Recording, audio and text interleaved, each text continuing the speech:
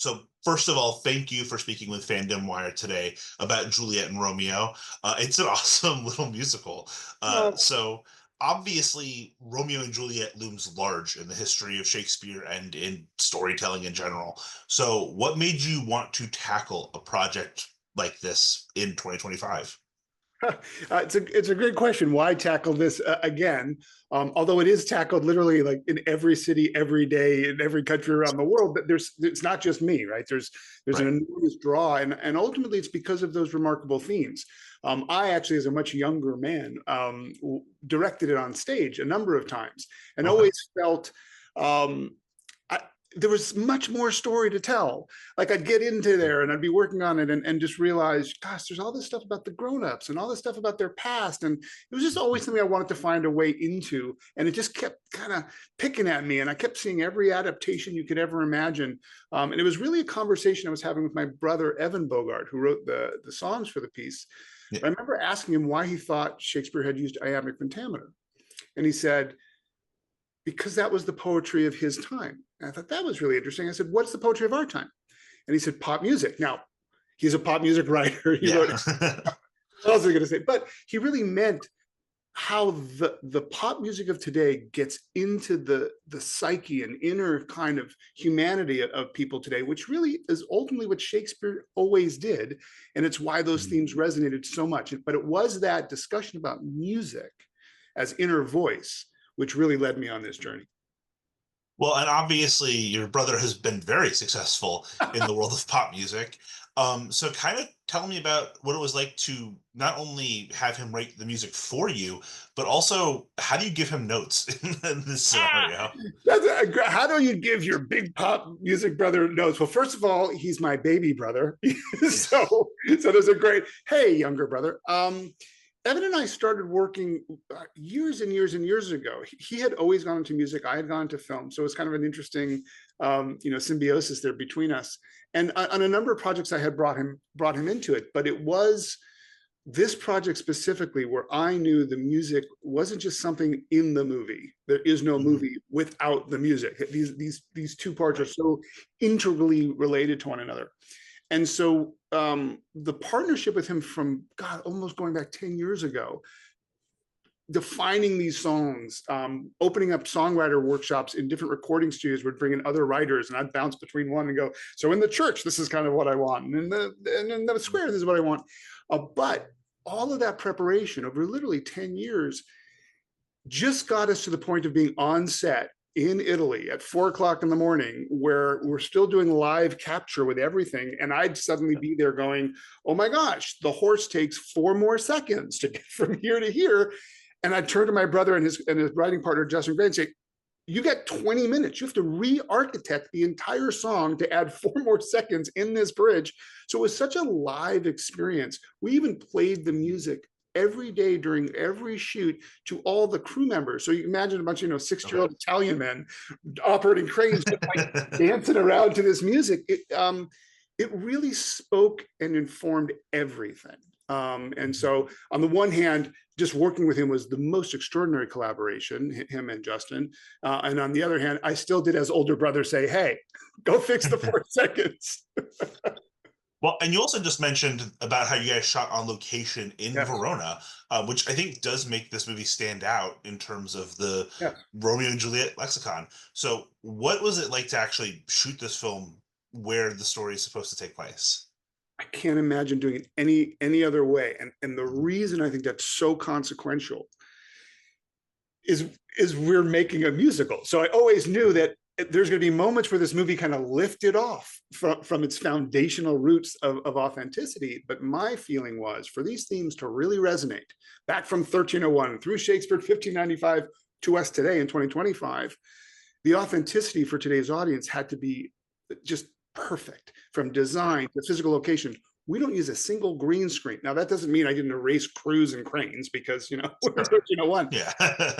But the from day one, other than Zeffirelli, right, who's kind of like the original guy, right, who put together this film, there really hasn't been a true in Italy, in physical locations, that kind of muscularity to the approach, which I thought was essential for the rest of it to work. This part had to be just flawlessly rooted. So it was an easy, well, I guess we're going to Italy. And then it was about 6 months of traveling from castles to castles to castles to try to find our 1301 Verona. But once we made that decision, like there was just not a single opportunity missed. Being in that country with other filmmakers like the great Dante Ferretti, who so just breathed this kind of story. I don't think there's this movie doesn't exist without having been in Italy. Now, obviously, one of the more difficult aspects of shooting a film that's also a musical is that you have to worry about that choreography and kind of understanding the theory and how you want to shoot that choreography. Yes. So, kind of talk to us about your approach in this film. So the approach to choreography was no different ultimately than the approach to the music, wherein yes, there are moments where these actors are absolutely moving into song and it's meant to be their inner voice. But even to that point, I would say, you know, there's this wonderful song between Romeo and Juliet when they're first in the church called Beat the Same. I don't think if a real person walked into the church, it would be these two youngsters singing Beat the Same. I think it'd be two young kids getting to know each other, but it feels like them singing. So the approach to the music was that it came from inside. At the same time, I wanted it to be a musical world. And so we have scenes like the song Better Than This, or scenes like What If I Loved You, which is literally like it's Friday night in Verona. And if you're a young person, you're going to the club and this is a real performances happening. Once we knew that that was the compass, the dance and all the movement had to be birthed from there. The amazing Cooper and brothers, our choreographers, everything that we did for months and months and months in preparation and rehearsals was about making it feel real. These people would really move like this. They'd really do it like this. I didn't just want people to sort of suddenly in a square all turn at once, right? Kind of do, that's a great musical. It's just not this musical. So everything was about how does it feel like it's really happening to them? And it was unbelievable rehearsal. We had about 50 dancers that we brought in from all over Europe that weren't just our dancers for the whole piece. They were also all of our extras. I always believe when you can use dancers as your background characters, they bring a physicality to them that just populates and informs your world in another way. So the dancers were as integral a part of any other role in this film. They were there from the beginning of rehearsals all the way to the end. Well, and you have a lot of sequences that shift between, you know, the wide angle shots where you have a lot of dancers all doing their thing, and then you also have the very personal, closer shots. Kind of how do you strike that balance when you're shooting Juliet and Romeo? I think striking the balance between the scope and scale of it and then sort of the more internal stuff is the whole thing, right? Because I think ultimately this is this amazing world you as an audience want to escape to, but really you won't want to escape to because you care about this person's heart and you care about this person's emotion, you care about this person's relationship with their parent. So going from the wide world was so important to convey where they were, but then getting into that intimacy was crucial to understanding why they were. And so I wish I could say that was all planned in shooting. I think that majority of that is really editorial. I just keep working and playing and understanding what the balance feels like more than what the balance necessarily is. And then obviously we've talked a lot about dance choreography, but one of the great things about, you know, Juliet and Romeo is that you have fight choreography as well. You have Tybalt and Mercutio and everybody, you know, going at each other. First of all, did your actors ever feel exhausted about having to do both the dance and the fight choreography?